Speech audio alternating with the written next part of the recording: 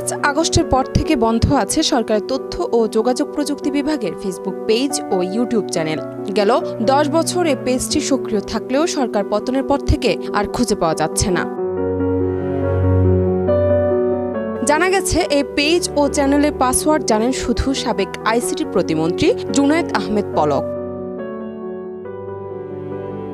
ICT বিভাগের সূত্রের বরাতে এক প্রতিবেদন জানিয়েছে, ঢাকা লাইভ নামের একটি streaming platform digital marketing team ICT বিভাগ ও সামাজিক যোগাযোগ মাধ্যম নিয়ন্ত্রণ করত।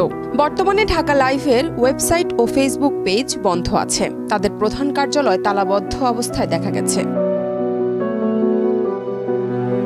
আইসিটি বিভাগের ফেসবুক পেজ ও ইউটিউব চ্যানেল গত 10 বছর ব্যাপক সক্রিয় ছিল।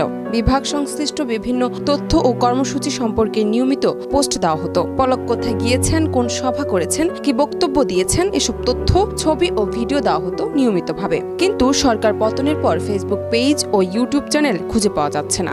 আইসিটি বিভাগের ওয়েবসাইটে তাদের অফিসিয়াল সামাজিক যোগাযোগ মাধ্যমের লিংক দেওয়া আছে, কিন্তু সেখানে ক্লিক করলে কিছু খুঁজে পাওয়া যায় না। সংশ্লিষ্ট ব্যক্তিরা বলছেন, আইসিটি বিভাগের ফেসবুক পেজ ও ইউটিউব চ্যানেল কোনো ব্যক্তিগত সম্পদ নয়, এটি সরকারের সম্পদ। এটি নিয়ন্ত্রণ ও পরিচালনা সরকারি বিধি মেনে নেওয়া উচিত। কোনো ব্যক্তির পরিবর্তনে পেজ ও চ্যানেল হাতছাড়া হবে না, সেটা গ্রহণযোগ্য নয়। জান্নাত নিপু, দেশ রূপান্তর।